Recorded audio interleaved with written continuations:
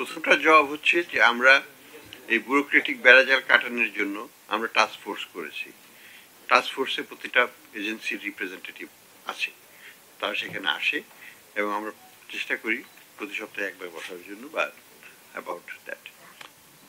দ্বিতীয় হচ্ছে যে আমরা তারপরেও টাস্ক ফোর্সটাকে একটা আইনগত বিধিবিধানে নিয়ে আসার জন্য আমরা নতুন আইনের সংশোধন করতে যাচ্ছি। মানি লন্ডারিং অ্যাক্টের মধ্যে আমরা এই টাস্ক ফোর্সকে স্বীকৃতি দিচ্ছি, যেটা একটা সরকারি এজেন্সি হিসেবে আইনগতভাবে স্বীকৃত হবে। টাস্ক ফোর্সের তখন অনেক ক্ষমতায়ন হবে। টাস্ক ফোর্সটা তখন will act as the coordinating body সবার মধ্যে, যাতে এই বেড়াজালগুলোকে আমরা অতিক্রম করতে পারি।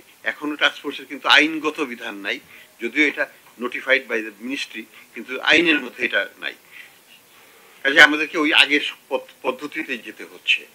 তো এগুলোকে করার জন্য আমরা দ্রুত আইনের চেঞ্জ আনছি। এটা হয়ে গেলে মানি লন্ডারিং অ্যাক্ট অ্যামেন্ডমেন্ট হবে, অ্যামেন্ডমেন্ট হয়ে গেলে টাস্ক ফোর্সের ক্ষমতায়ন চলে আসবে। তখন এই প্রসেসটা স্ট্রিমলাইন হবে একেবারে আইনিভাবে। এখন এটা অ্যাডহক ভাবে হচ্ছে বর্তমানে। এলএমই সার্টিফাইড বিশ্ব সেরা কপারে তৈরি ওয়ালটন কেবলস, যা আপনার স্থাপনাকে রাখবে সব সময় নিরাপদ। স্যার আমি জীবন ইসলাম বলছি। একটু ক্লিয়ার করি আমরা 5ই আগস্টকে রেফার করেছেন। এরপর থেকে বিএফআইও ব্যবসায়িক কোনো অ্যাকাউন্ট যদি না কোনো বড় ধরনের অভিযোগ বা প্রমাণক পাওয়া যায়, তাহলে আমরা কোনো ব্যবসায়িক অ্যাকাউন্ট ফ্রিজ করি নাই। নর্মালি ব্যক্তিগত অ্যাকাউন্ট ফ্রিজ করেছি, 2-1টা ব্যক্তির প্রপার্টারশিপ হয়েছে। তবে আমরা শুধু বিএফআইও নিজের থেকেই অ্যাকাউন্ট ফ্রিজ করি না, কোর্টের অর্ডারে ফ্রিজ করি এবং বিভিন্ন অ্যালিয়ের রিকোয়েস্টও আমরা ফ্রিজ করে থাকি। সো এখানে মাল্টিপল মেকানিজম ইজ দেয়ার। আপনাকে জানতে হবে যে আসলে কোন কারণে আমরা এটা করেছি।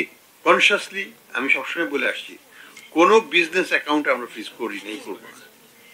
কারণ কোনো বিজনেসকে আমরা আটকাবো না, যদিও তারা দোষী, কিন্তু বিজনেসকে আমরা আটকাবো না। আমরা যেটা করছি, বিজনেসটাকে রিং ফেন্স করার চেষ্টা করছি, অর্থাৎ বিজনেসের মাধ্যমে যেন টাকা ডাইভার্ট না হয় সেইটা ঠিক রেখে বিজনেসকে চলতে দেওয়ার জন্য। আপনি দেখুন আমার সব বিজনেসই প্রায় সচল আছে। বেক্সিমকো ফার্মাই বলি, আকাশের কথাই বলি, আমরা সালমের বিভিন্ন এই পাওয়ার প্ল্যান্টের কথাই বলি, সবগুলোই কিন্তু আমরা আমাদের দিক থেকে কোনো বাধা আমরা সৃষ্টি করি নেই। এখন তারা যদি চালাতে না পারে সেটা তো আমরা চালিয়ে দিব না, তো সেটা অন্য বিষয়। কিন্তু আমরা কোনো বাধা সৃষ্টি করছি না। কোনো ব্যাংক অ্যাকাউন্ট, একটা ব্যাংক অ্যাকাউন্টও ফ্রিজ করা হয় নাই যেটা কোনো প্রতিষ্ঠানিক অ্যাকাউন্ট। কেউ হস্তক্ষেপ করেনি সরকার থেকে, এবং এটা আমরা একেবারে ডে ওয়ানের কনসিয়াস পলিসি যে আমরা বিজনেসকে কোনোভাবেই ক্ষতিগ্রস্ত করব না, এবং আমরা করি নাই।